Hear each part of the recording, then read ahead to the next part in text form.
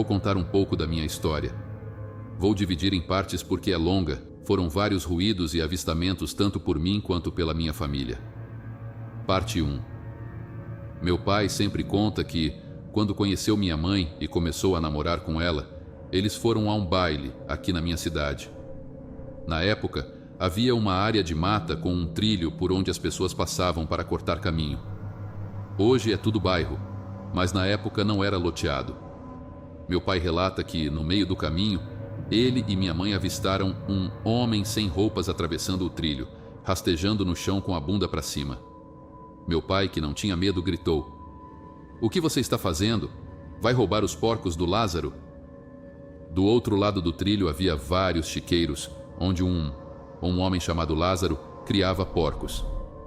Meu pai conhecia Lázaro e achou que o homem estava tentando roubar os porcos. Ele correu atrás desse homem, mas ele estava em transformação. Andava muito rápido, com o cotovelo no chão e a bunda empinada. Quando meu pai olhou para trás, percebeu que o rosto do homem já estava completamente modificado. Então meu pai percebeu que não era algo normal e voltou para pegar minha mãe, que estava parada no meio do trilho de tanto susto. Hoje minha mãe ainda comenta sobre o medo de pensar se o lobisomem tivesse dado a volta e a pegado sozinha no meio do mato. Meu pai afirma que era uma coisa muito feia e esquisita e que hoje sabe que o homem foi para o chiqueiro para terminar de se transformar em lobisomem. Desde aquele dia, começou uma espécie de perseguição. Minha família foi assombrada por vários anos por um lobisomem. Vou contar tudo, até o momento em que nasci, cresci e vi um também, parte 2. Então meus pais se casaram e nasceram 3 filhos. Eu sou a caçula. Minha cidade é típica de interior. A rua da minha casa foi asfaltada quando eu tinha uns 7 anos de idade. E na frente havia uma fazenda antiga e enorme, que na época tinha gado e ainda contava com moradores. Hoje a fazenda já foi demolida. Foi então que começaram os barulhos. A fazenda ocupava o equivalente a uns 5 quarteirões e ouvíamos nas noites de quaresma um som característico. Ele vinha rastejando, brigando com os cachorros e fazendo um barulho que parecia bater de orelhas. E vinha fungando, como um cachorro farejando. Minha casa não tinha muros, apenas arame farpado, mas ele entrava e ficava rodeando a casa, sempre fungando. Era muito alto e parecia mastigar. Nós ouvíamos tudo, quietinhos dentro de casa. Meu pai queria sair para ver, mas minha mãe não deixava. Meu irmão, que era 2 anos mais velho que eu, morria de medo e sempre dormia no meu quarto, na minha cama. Eu tinha um cachorro pastor alemão chamado Ralph. O Ralph apanhava dessa criatura e quando percebia que o lobisomem estava chegando, se escondia debaixo do tanque. Isso aconteceu por uns 8 anos consecutivos, dos meus 7 anos até uns 14 e 15 anos. A pergunta entre nós era quem se transformava em lobisomem naquela região e por que sempre descia aquela rua. Não éramos os únicos a ouvir. Os outros vizinhos também escutavam, e quando o assunto era mencionado, todos ficavam com medo e não comentavam nada. Parte 3. O dia em que eu o vi. Naquela época já tinha crescido. Eu trabalhava e estudava à noite.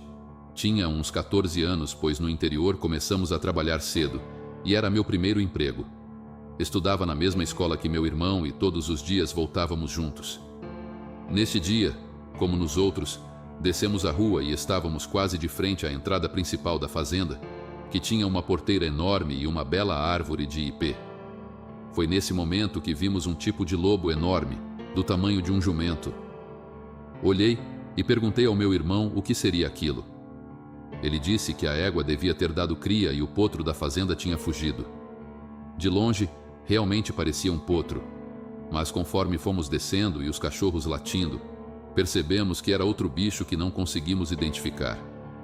Os cachorros estavam ao redor tentando morder a criatura que estava acuada no muro da fazenda. Era cinza, com a pelagem falhada como se tivesse sarna. O rosto não tinha focinho, parecia um rosto humano mais peludo, com orelhas enormes. As pernas traseiras eram tortas e os pés enormes, e a bunda estava empinada, mais alta que a cabeça. Meu irmão, ao perceber que não era o potro, voltou correndo para trás, em direção à escola. Eu me escondi em um alpendre e observei até ele se abaixar e entrar na porteira da fazenda. Ele teve trabalho para se abaixar e entrar, e então tomei uma atitude desesperada. Desci, correndo, em direção à fazenda e à minha casa. Quando entrei correndo, meu pai já estava na janela esperando e eu falei: "Pai, você viu aquilo que atravessou a rua?" Ele respondeu que sim e que estava nos esperando. Perguntou onde estava meu irmão. Falei que ele havia voltado correndo para trás. Então meu pai ficou na porta esperando meu irmão voltar e eu me deitei, cobrindo a cabeça. Aquela cena ainda não sai da minha cabeça, foi horrível. Hoje, depois de 20 anos, ainda converso com meu irmão sobre o assunto e, esses dias ele comentou que, se fosse hoje, ele enfrentaria a fera e tentaria descobrir quem era o lobisomem. Bom, houve outros aparecimentos na rua e depois, quando me casei, incrível, apareceu um na frente da minha casa. Dessa vez o bairro é do outro lado da cidade. Fico pensando, será que eles andam tanto assim? Ou seria outro? Quem viu foi meu marido na época e me contou. Ou será que, quando você vê, eles te perseguem para que você não conte ou tentam te morder? São questionamentos que até hoje não sei responder.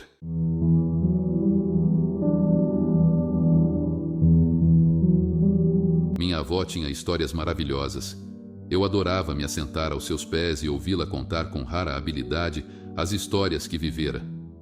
Algumas eram muito engraçadas, porém outras me deixavam arrepiado. Nunca duvidei da veracidade dos acontecimentos. Para mim, vovó sempre esteve acima de qualquer suspeita.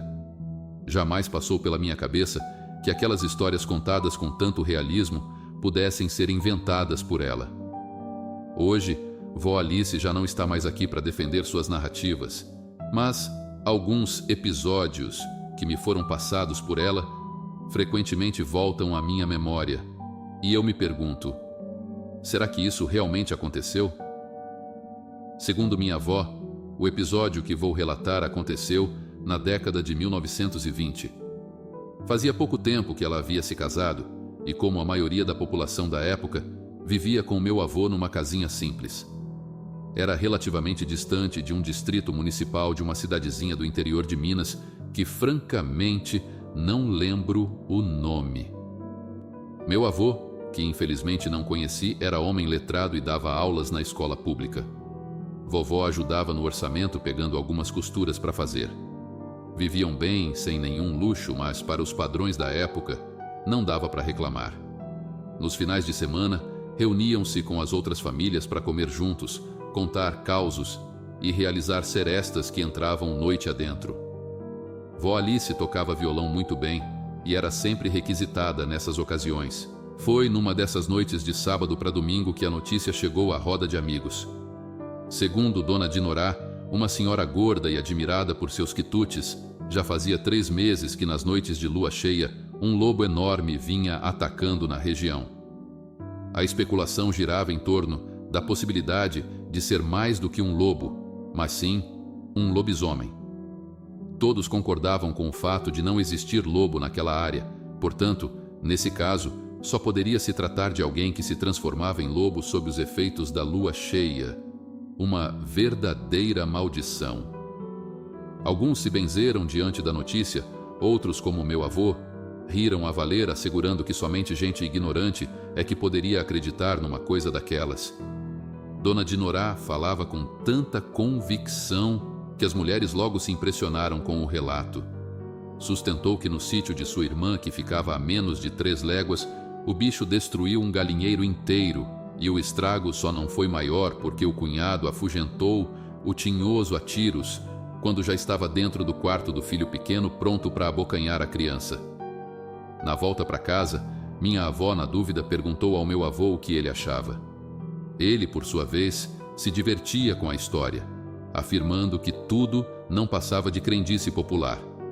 Porém, ainda naquele mês, no tempo da lua cheia, a história ganhou força quando seu Aristides, marido de Dona Cotinha, veio com a notícia de que o tal lobo havia aparecido nas suas terras e, além de atacar o galinheiro, matou o cachorro que cuidava da sua casa. Seu Aristides jurou ter visto o bicho, que arrancou a cabeça do cachorro a dentadas. Nessas alturas minha avó já estava apavorada, e como seu Aristides gozava de credibilidade elevada, vovô começou a considerar o caso. Na sua cabeça, a possibilidade de ser um lobisomem não existia, mas talvez pudesse ser um animal perigoso, e ele, como homem da casa, teria que tomar as suas providências. Foi então que resolveu visitar o compadre Tenório. Ele e sua esposa viviam numa casa a menos de meia légua da casa dos meus avós.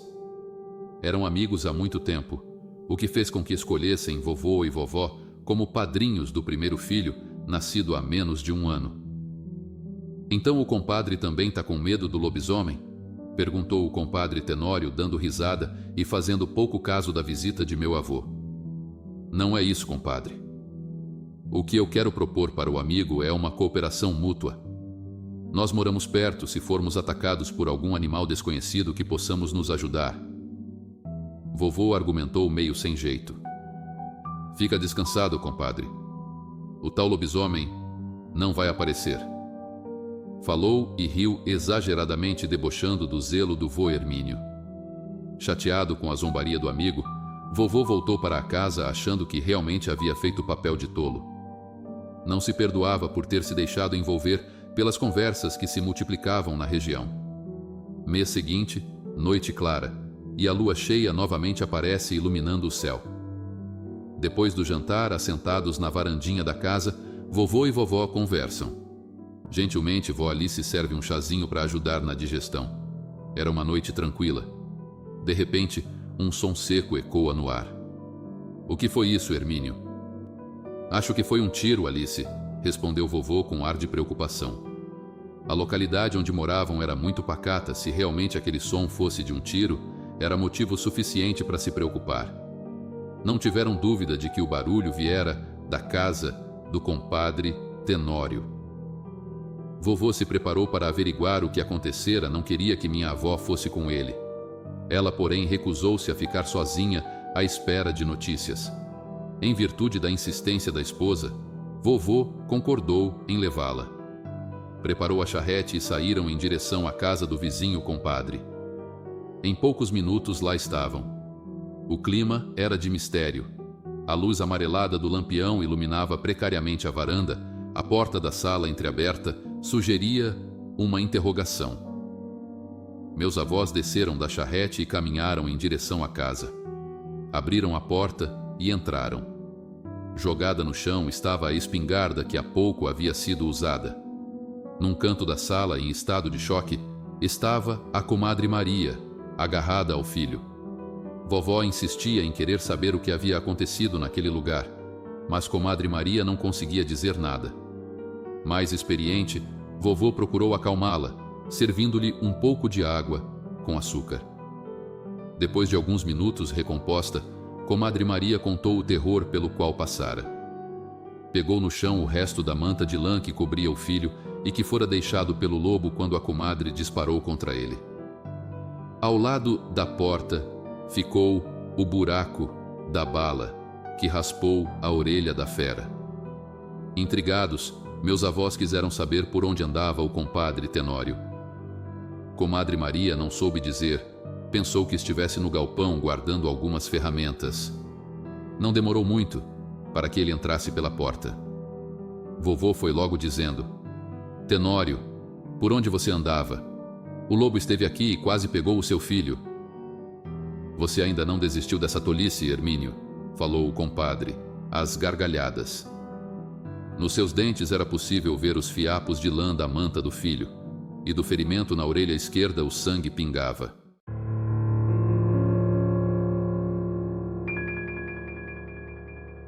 Quando eu era menino, tinha um senhor com o nome de Manuel, que morava perto da serra numa casinha de barro e de pau a pique, em que as pessoas da região andavam falando, que ele virava lobisomem. Minha mãe vivia colocando medo na gente. Meninos, não quero ver vocês para as bandas da casa do seu Manuel lobisomem, pois qualquer hora dessas pode ser perigoso. Aquelas palavras da minha mãe foi gerando uma certa curiosidade na gente, porque era eu, meu irmão Maurinho e meus primos, Joaquim e Betinho. Aquelas palavras da minha mãe foi gerando uma certa curiosidade na gente, porque era eu, meu irmão Maurinho e meus primos, Joaquim e Betinho. Num certo dia, de sexta-feira 13, em noite de lua cheia, passamos o dia todo matutando um jeito de ferir o lobisomem no galinheiro e ficar sabendo quem era o homem que virava o tal bicho. Coisa de moleque travesso. Pois naquela época, nós regulávamos idade entre uns 10 e 12 anos. À tardezinha, logo após o jantar, nós fomos na matinha e pegamos bastante espinhos de unha de gato, um tipo de árvore espinhosa que seus espinhos são muito pontiagudos, e ao chegarmos em casa, cortamos em pedaços bem pequenos e espalhamos pelo chão do galinheiro, local onde as galinhas vão dormir à noite em poleiros. A armadilha ficou pronta bem na boca da noite, quando o sol já se escondia por detrás da montanha, deixando o céu aberto para a lua cheia que não tardou, e logo veio surgindo rasgando o céu, toda majestosa e bela como a deusa da noite que vem para os enamorados. Pois diz a lenda no sertão que os lobisomens são homens possuidores de um encantamento, que em toda noite de sexta-feira 13 de lua cheia, eles, ao avistarem a lua, se transformam em homem-lobo. E nesta noite, o homem-lobo tem de correr 7 cidades e 7 cemitérios, e na passagens pelas cidades ele se alimenta de fezes de galinhas. Minha mãe sempre nos falava que o homem que vira lobisomem é o 7º filho de um casal de primos irmãos que vem a nascer em uma noite de sexta-feira 13, em que a lua seja cheia. A lua já seguia alta no céu, e eu e os meus primos, mais o meu pai e meu tio, estávamos na cozinha, à beira do fogão de lenha, onde o meu pai e o tio ficavam fumando cigarro de palha de milho e tomando café. Eles aproveitavam e contavam histórias pra gente. Histórias essas muito interessantes, antes de irmos dormir. Quase todas as noites eu, meu irmão e os meus primos reuníamos na minha casa pra gente brincar. Ficava apenas uns 200 metros de distâncias da casa deles. O meu pai e o meu tio estavam contando uma certa história de dinheiro enterrado, quando as galinhas começaram com uma gritaria danada, e minha mãe logo gritou lá do quarto: "Chico, tem algum bicho querendo comer as galinhas, vai ver o que é." E logo nós olhamos uns para os outros, meio que assustados, e imaginamos: é o lobisomem. Minha mãe sempre dizia que o lobisomem ia no galinheiro para comer fezes das galinhas. Foi quando tivemos a ideia de fazer a tal armadilha de espinhos para pegar o danado. E se fosse mesmo o senhor Manuel, era só ficar observando que ele ia aparecer com os cotovelos furados, porque os lobisomens andam com os cotovelos no chão. Meu pai, nesta hora, já tinha saído com a sua espingarda na mão para verificar o que estava espantando as galinhas, mas voltou sem ter visto nada, só mesmo as galinhas espantadas. O bicho já tinha corrido para o mato. Todos fomos dormir, os meus primos e o meu tio foram embora para a casa deles. No dia seguinte, bem cedinho, meus primos chegaram em minha casa. O sol ainda estava nascendo quando saímos correndo para o galinheiro, para ver se tinha sangue do bicho no chão. Mas quando chegamos, não vimos nada. Minha mãe já tinha jogado para fora todos os espinhos, ao chegar para tratar das galinhas. Nesse dia ficamos sondando o senhor Manuel. Ele passava perto da nossa casa rumo à sua para ir almoçar. E quando ele veio, nós o seguimos disfarçando que estávamos pegando esterco. Infelizmente não vimos nada de anormal. A tarde caiu, isso já era umas 5:30 no relógio, quando meu pai veio da fazenda onde trabalhava e também o meu tio, que sempre passava em casa. Junto deles veio a Pretinha, uma cadelinha vira-lata do Joaquim, meu primo. Notamos que ela estava mancando. Imediatamente veio a ideia de olharmos na patinha dela para ver o que tinha. Foi então com grande surpresa que deparamos com uns 3 espinhos de unha de gato na patinha da danada. Cheiramos a boca dela e estava um cheiro de ovo infernal. Desse dia em diante passamos a chamá-la de Baba-Ovo e começamos a tomar os banhos de cachoeira, mesmo que de vez em quando. Nossa mãe nos dava umas varadas de marmelo pelas pernas, mas nunca contamos a ela que era a cadela que vez ou outra comia os ovos no galinheiro, até pelo fato de que foi ela que nos tirou o medo do senhor Manuel.